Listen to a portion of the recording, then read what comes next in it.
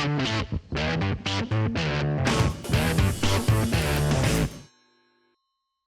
guys, welcome back to Shelf Life Media. I'm Blake, and today we are doing a Letterboxd roundup for the month of October. If you're into movies, physical media, and anything really pop culture, go ahead and give me a subscribe and like the video, and let's go ahead and get into it. Now this video is going to be a shorter one compared to the previous months.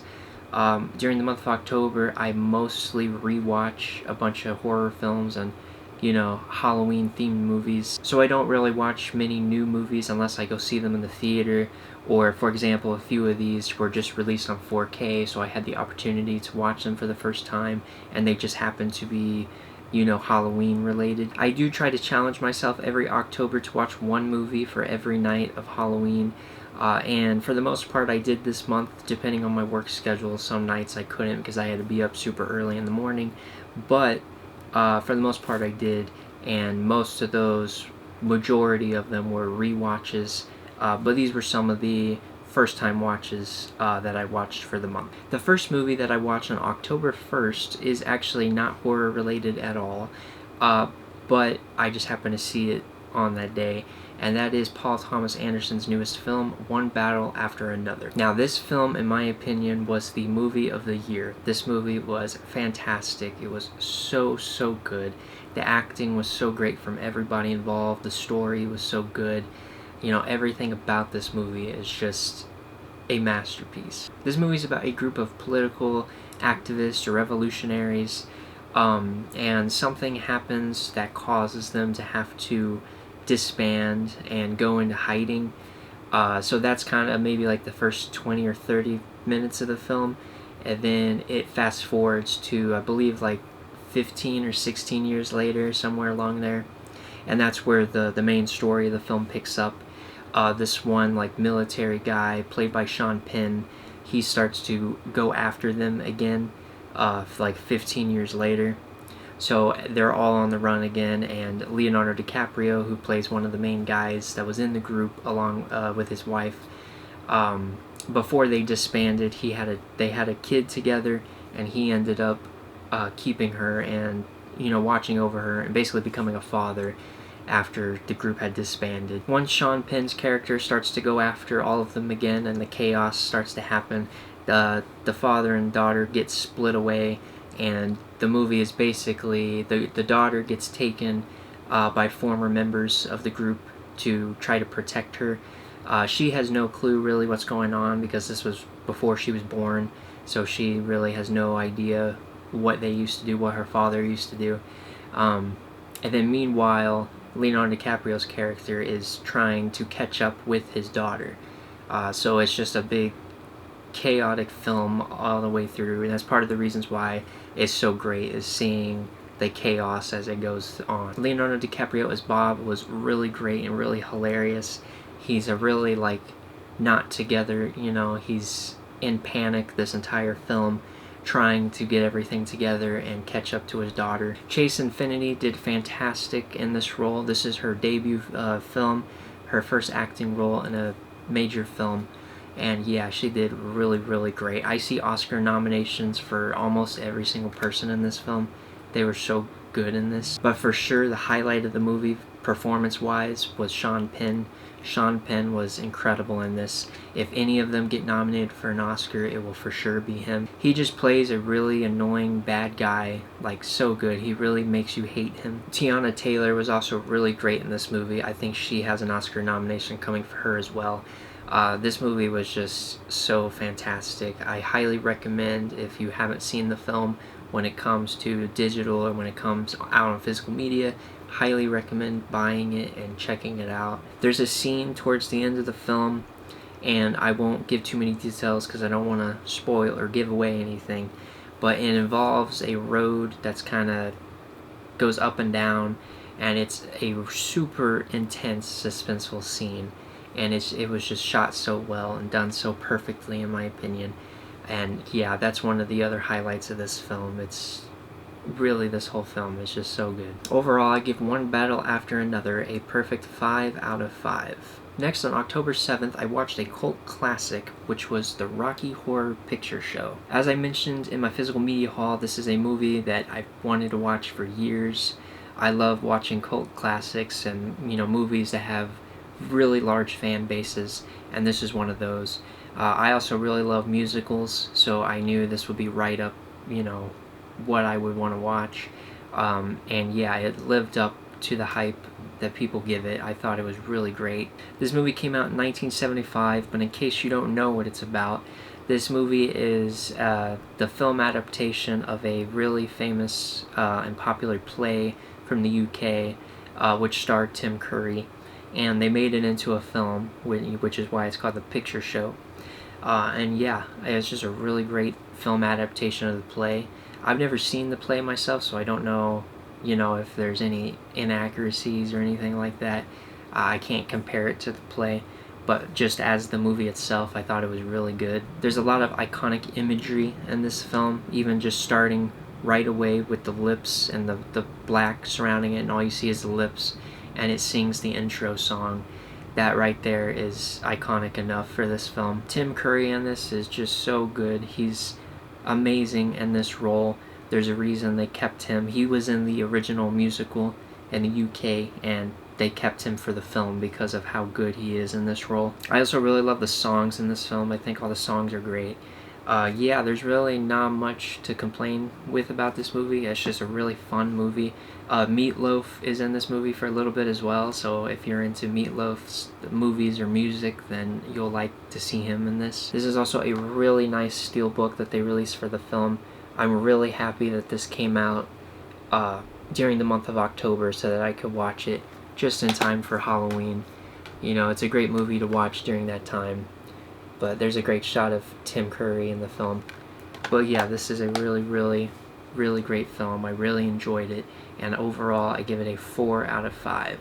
Next, on October 14th, I finally watched Killer Clowns from Outer Space. This is a really fun, just goofy horror film. It's about these aliens that come down to Earth, and their form is as clowns, and their spaceship is like a big circus tent. So yeah, this is just like a really, really crazy movie. If you're into movies where, it gets a little goofy and things like that, then I think this one is great for that. On the back of the cover here, you can see some of the clowns from the film.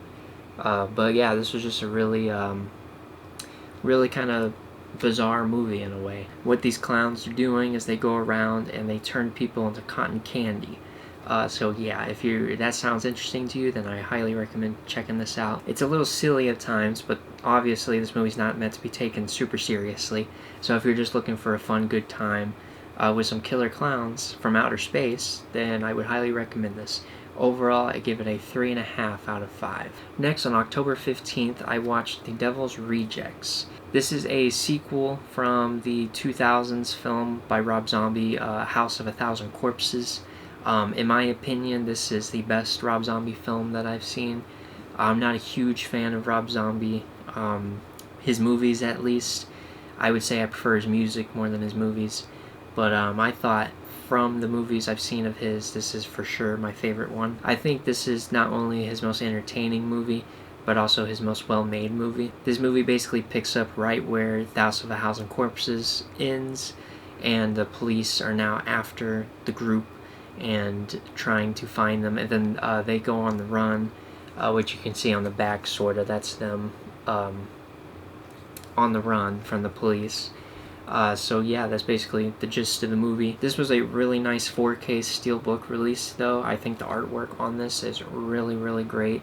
So if you're a fan of Rob Zombie and his films, then this is like a must-own for you. Overall, I give The Devil's Rejects a 3 out of 5. And last, on October 22nd, I watched The Black Phone 2. Now, my thoughts on this will include some spoilers because the main plot of the story is kind of spoilers for the first one. I won't spoil anything about the film itself, just, the previous film. This film follows the main characters from the first one again. This takes place like 4 years later, I believe, or somewhere along there. And the girl, the sister from the kid in the first one, she starts having these dreams again, which we saw a little bit of in the first one. If you've seen the first one, then you know that her dreams is what led the police to the grabber's house and finding all the dead bodies and all that. But anyways, in this one, she's starting to get these dreams again, and she's seeing these kids get killed once again.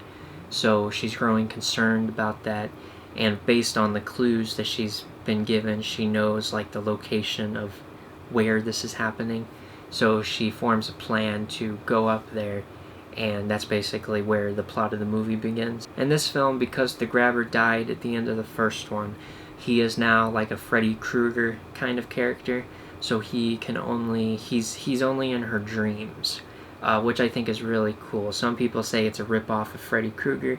I disagree. I feel like this movie made it its own thing. Maybe it took inspirations from Freddy Krueger. Obviously, the being in dreams is Freddy Krueger, but it did it in a way where it made it its own thing. For example, the whole dream thing with the girl, some people are acting like it's a brand new thing that they brought to this one just for the purpose of bringing the grabber back, but that was something that was introduced in the first film already, so I don't understand that argument. But anyways, it made the grabber like 10 times cooler anyways in this film. I really am a fan of this new supernatural grabber.